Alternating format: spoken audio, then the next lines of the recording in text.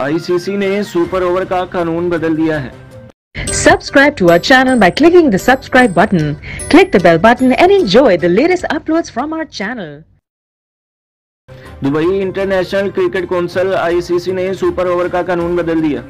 तफसीलात के मुताबिक इंटरनेशनल क्रिकेट काउंसिल ने सुपर ओवर के कानून में तब्दीली कर दी, जिसके बाद ज्यादा बाउंड्रीज पर टीम को फातेह करार देने का कानून खत्म हो गया है।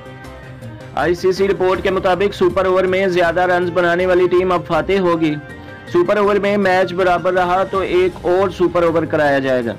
दूसरी जानिब इंटरनेशनल क्रिकेट काउंसिल ने विमेन इवेंट्स की इनामी रकम में $26 लाख का इजाफा कर दिया है, जिसके मुताबिक विमेन वर्ल्ड T20 की फातेह टीम को $10 लाख मिलेंगे और रनर अप टीम को $5 लाख मिलेंगे।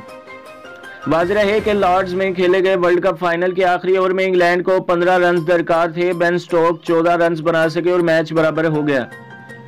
इसके बाद सुपर ओवर में मैच का फैसला होना था। सुपर ओवर में इंग्लैंड ने 15 रन बनाकर न्यूजीलैंड को 16 रन का हदफ दिया, जिसके ताक़ुब में न्यूजीलैंड की टीम भी 15 रन ही बना सकी और मैच बराबर हो गया, जिसके बाद ज्यादा बाउंड्रीज पर इंग्लैंड को वर्ल्ड कप फाइनल का फातेह करार दिया गया था। याद रहे कि ज्यादा बाउंड्रीज पर इंग्लैंड टीम की जीत को मदाहों की जानिब से मुतनाज़े करार दिया जा रहा था और आईसीसी पर शदीद तनकीद की गई थी। ख्याल रहे कि कौमी टीम वर्ल्ड कप 2019 में बड़ी टीमों को हराने के बावजूद रन रेट की बुनियाद पर 5वें नंबर पर आई थी और सेमीफाइनल खेलने से महरूम रही थी। तो दोस्तों और भाइयों, हमारे चैनल को सब्सक्राइब कीजिए, वीडियो को लाइक कीजिए और बेल के आइकॉन को भी दबा दीजिए ताकि हर आने वाली जो वीडियो है वो आपको सबसे पहले मिलती रहे।